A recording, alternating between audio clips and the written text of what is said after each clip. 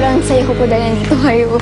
Hello, miss na kita, anak. Miss ko na rin po kayo. Hindi ba binibigyan ng sakit na ulo ang mami mo rito? Hindi ba? Nag-aaral ka maigi.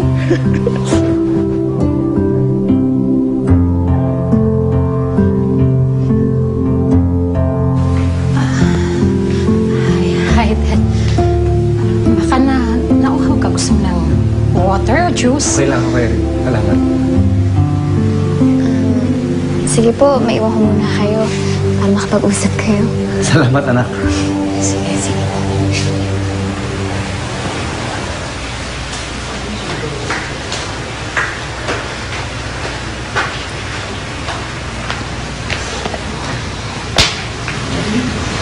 Kumusta ka, Dad? Okay lang. Salamat nga pala sa pagpapatuloy mo sa akin dito sa bahay mo. Welcome naman sa akin yung ama ng mga anak ko palagi. Erin, napatawad mo na ba ako? Aminin ko, Dad. Sobra ako nasaktan na maghiwalay tayo. Pero mahaba ng panahon na nagdaan, naghilom na yung mga sugat sa puso ko. At ngayon natutunan na kitang patawarin. Erin, salamat. Maraming salamat. Para akong nabunutan ng malaking tinik sa aking dibdib. Pero sana, mapatawad din ako ni Belinda. Yun ang tanging hinihingi ko itong darating na Pasko. Subukan mo siya ulit kausapin bukas. Baka napagod lang yung bata, kaya hindi ka naharap mabuti.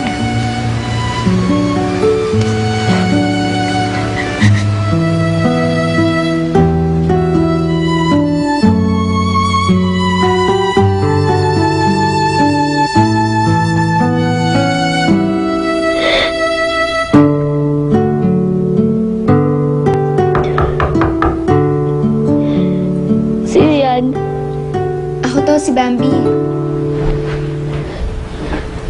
Pasok.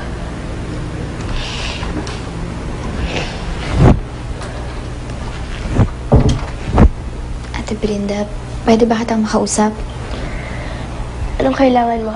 Matutulog na ako. Napansin ko kasi kanina, hindi ka natuwa sa pagdating ni Itay. Bakit ko kailangan maging masaya makita siya? As far as I know, bisita lang natin na siya.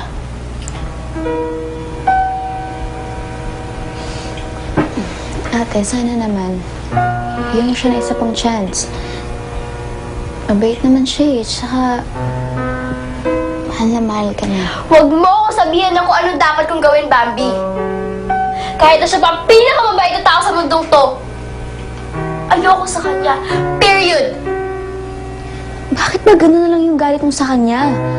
For the same reason kung bakit ka galit kay Mami. Ate, noon yun. Natanggap ko na rin si Mami. Pero ikaw, bakit hanggang ngayon hindi mo pa rin matanggap si Itay? Bambi, pwede ba? Pwede ba? Tigilan mo na ako. This conversation is pointless. Go! Pero Ate Belinda... Bambi, sinabi ko umalis ka na.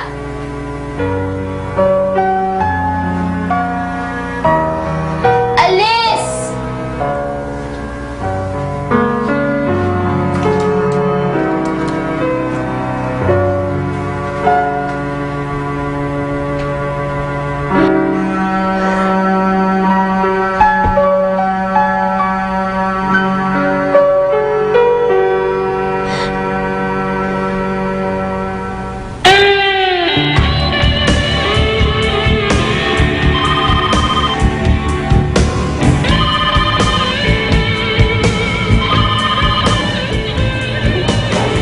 Hello? Sino to? Bakit ikaw ang sumasagot sa cellphone ni Josh? I'm Vanessa. Friend ako ni Josh. Nandito kami sa bar. Sino ka ba? Sister niya to. Teka, bakit kasama mo si Josh? Nasaan ba kayo? Josh and I spend the night together dito sa bar. Hoy, gisingin mo si Josh. Gusto ko siyang makausap. Bakit mo ba ako sinisigawan? Pwede mo naman sabihin na maayos. Huwag mong sayangin yung oras ko. Give the phone to my brother. Ano ako utusan mo? Bahala ka sa buhay mo. Buwisit ka! Kainis. Cellphone ko. Ah, ito. May tumawag ba? Oo, sister mo. Ano sabi? Wala, nandito tayo sa bar. Tapos binaksakan ko siya ng phone kasi nakakainis eh. Yabang-yabang.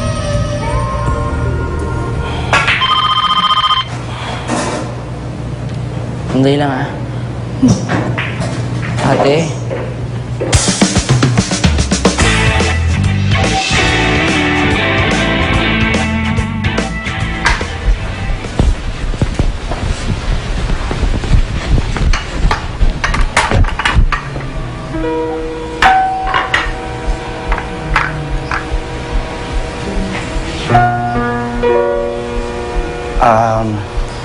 Anak, alam ko gutom ka, galing ka sa pagja-jogging mo eh. Kumain ka na ng agahan. Bakit ko kayong gumagawa niyan? Nasaan po si Yaya Pipay? Ay, namalengke si Manang, kaya ako yung nagpresenta magluto ng agahan. Sige na, kumain ka na. Wala po akong ganang kumain. Belinda, sandali.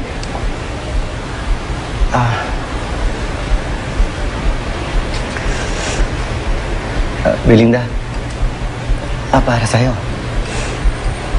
Ano to? Hindi pa naman Pasko ah. Hindi pa to yung regalo ko sa'yo. Pasalubong lang to para sa anak na patagal kong hindi nakita at nakasama. Sige na, tanggapin mo. Buksan mo.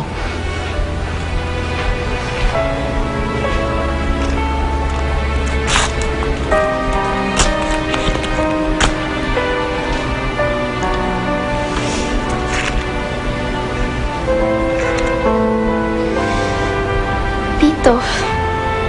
Ano naman gagawin ko dito? Pasensya ka na. Hindi kasi mayaman yung tatay mo para makabili ng mahal na regalo. Yan lang inakayanan ko.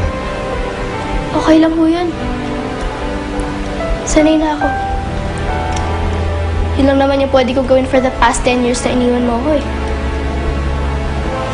Pagpasensyahan ka.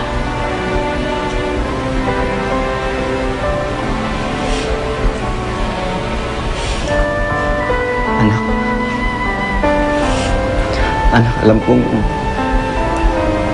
malaki yung kasalanan ko sa'yo. Alam kong malaki yung pagkukulang ko.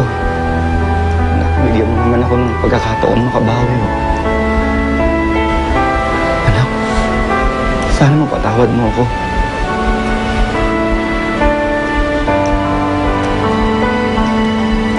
Excuse me po. Belinda.